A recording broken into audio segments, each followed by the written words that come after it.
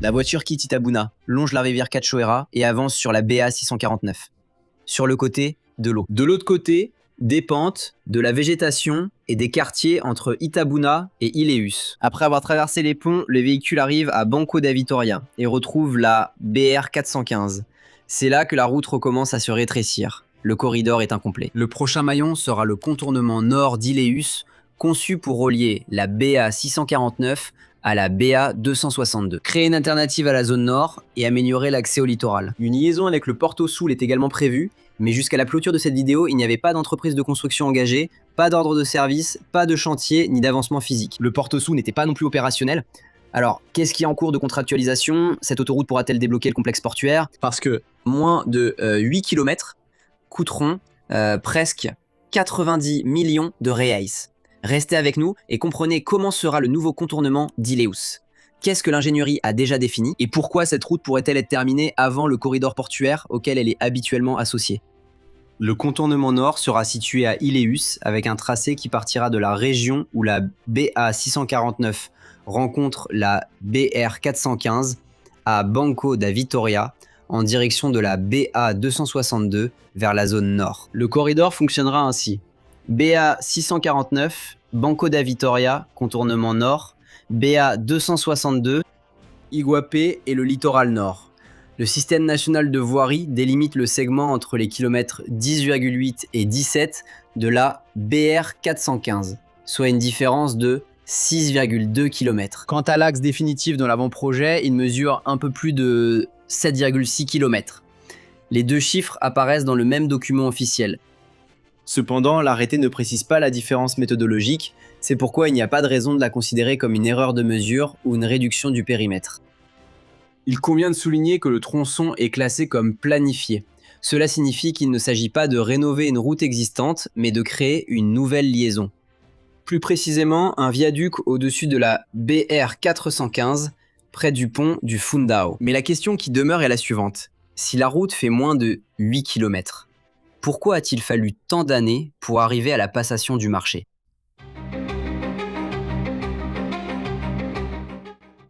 La réponse commence bien avant l'appel d'offres actuel. Le budget de Bahia prévoyait déjà en 2010 l'élargissement de la rocade d'Ilhéus. La proposition cependant était plus large, avec 26 km, et ne doit pas être confondue avec l'actuelle rocade nord. 13 ans plus tard, les autorités de l'État ont présenté une solution plus spécifique. Une route partant du 4e pont de la BR 649 à Banco da Vitória en direction d'Iguapé et de la zone nord. Toujours en 2024, l'organisme fédéral a accepté de recevoir de la part du secrétariat à l'infrastructure de Bahia le projet développé par l'État sans transfert de ressources. L'avant-projet a été approuvé en avril 2025. En juillet 2026, le DENIT a lancé l'appel d'offres pour élaborer le projet d'exécution et réaliser les travaux. Par conséquent, l'appel d'offres ne provient pas d'une idée nouvellement annoncée.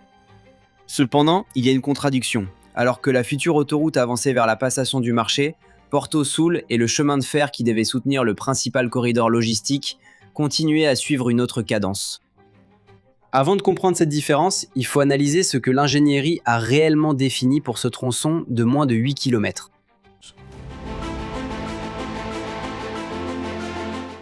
Au moment de boucler cette vidéo, l'autoroute n'était toujours pas en construction. Le projet restait en phase d'appel d'offres électronique, sans entreprise gagnante, sans contrat, sans ordre de service, sans chantier mobilisé, ni avancement physique. L'étape, cependant, va au-delà d'une simple promesse. Le contrat sera semi-intégré. Cela signifie que le département national des infrastructures de transport, DENIT, a déjà défini les solutions principales, mais la future entreprise de construction devra détailler les dimensions, les méthodes quantitatives, les interférences et les procédures d'exécution. La route donc a atteint le stade technique le plus avancé comparé aux autres composantes du corridor logistique, mais avancer dans le dossier ne signifie pas être prêt à construire. Sur le terrain, le premier défi sera de transformer le tracé dessiné en une plateforme routière réalisable. Avant les déblais, l'entreprise devra valider les informations disponibles et pourra avoir besoin de compléter les relevés topographiques, les sondages géotechniques et les recensements des interférences. Il sera nécessaire d'implanter l'axe et de vérifier les réseaux électriques, les canalisations, les bâtiments et les accès. La dimension de la zone concernée aide à comprendre la complexité de cette étape. La zone déclarée pour l'agrandissement possède environ 450 000 m², soit environ 45 hectares, délimitée par 157 points géoréférencés. Cette zone ne correspond pas seulement à la chaussée. Elle inclut la plateforme routière, les accotements, les déblais, les remblais, les talus, le drainage, les connexions, les structures et les emprises. Avec le terrain délimité et les relevés terminés, le terrassement commence, créant la base de la route. Dans les sections élevées, des excavatrices ouvrent des déblais. Dans les dépressions, le sol est déposé et compacté pour former des remblais. On cherche à réutiliser le matériau excavé, réduisant ainsi le transport et l'élimination. Cependant, les sols humides, organiques ou peu résistants peuvent nécessiter un enlèvement, un remplacement ou une stabilisation avec du gravier, de la chaux, du ciment, des géogrilles et des géotextiles. Mais préparer le sol ne sera pas suffisant. Le prochain défi sera de contrôler l'eau. C'est à ce moment-là qu'intervient le drainage. Le sud de Bahia connaît des pluies qui exigent une vigilance particulière face à l'eau, l'une des principales ennemies de la chaussée. Le système devra capter la pluie sur la chaussée, empêcher qu'elle ne s'accumule dans les couches inférieures et l'évacuer sans provoquer d'érosion sur les talus ni d'inondation dans les zones avoisinantes.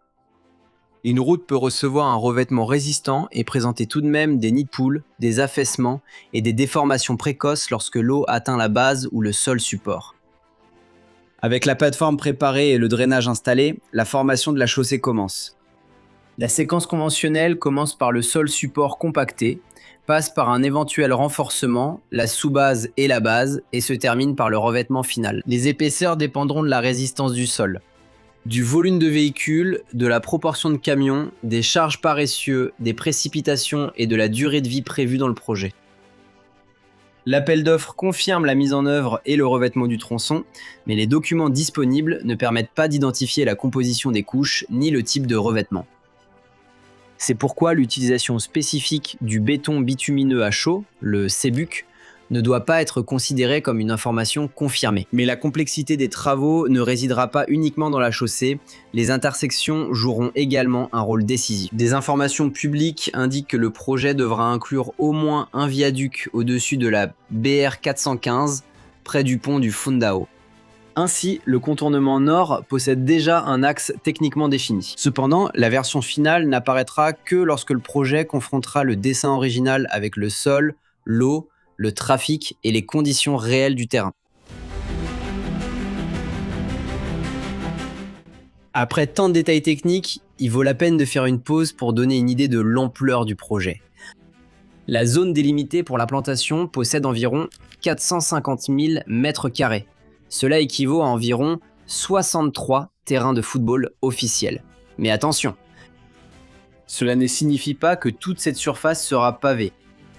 Le polygone inclut la plateforme de la route, les déblais, les remblais, les talus, le drainage, les dispositifs de connexion, les structures et l'emprise routière. Quant aux 7,6 km définis par l'axe de l'avant-projet, ils correspondent à environ 73 terrains de football de 105 mètres alignés. À l'échelle routière, cela est loin d'être une extension gigantesque. Pourtant, il suffit d'ajouter un viaduc, d'importants mouvements de terre et des connexions complexes pour que, petit à petit, ces kilomètres se transforment en un ouvrage d'ingénierie d'importance. La valeur actualisée de l'appel d'offres, proche de 89 millions de reais, représente une moyenne mathématique d'environ 11,7 millions de reais par kilomètre. À titre de comparaison, le contournement sud d'Arapati dans le Paraná aura 4,71 km, 2 viaducs, 3 ronds-points et 1,7 km de troisième voie, avec un investissement proche de 68 millions de reais. Sa moyenne atteint environ 14,4 millions. Il y a aussi un délai prévu de 14 mois. Pendant cette période, la future entreprise contractée devra achever le projet d'exécution, mobiliser les équipes, préparer le terrain, effectuer le terrassement et le drainage, construire les structures, paver, signaliser et mettre le système en service. Donc il s'agit de moins de 8 km, mais sur une nouvelle route, la longueur n'est qu'une partie de la difficulté. Le défi réside moins dans la distance que dans les interfaces. Avant que ces difficultés n'atteignent le chantier, cependant, le projet devra encore franchir une longue étape administrative.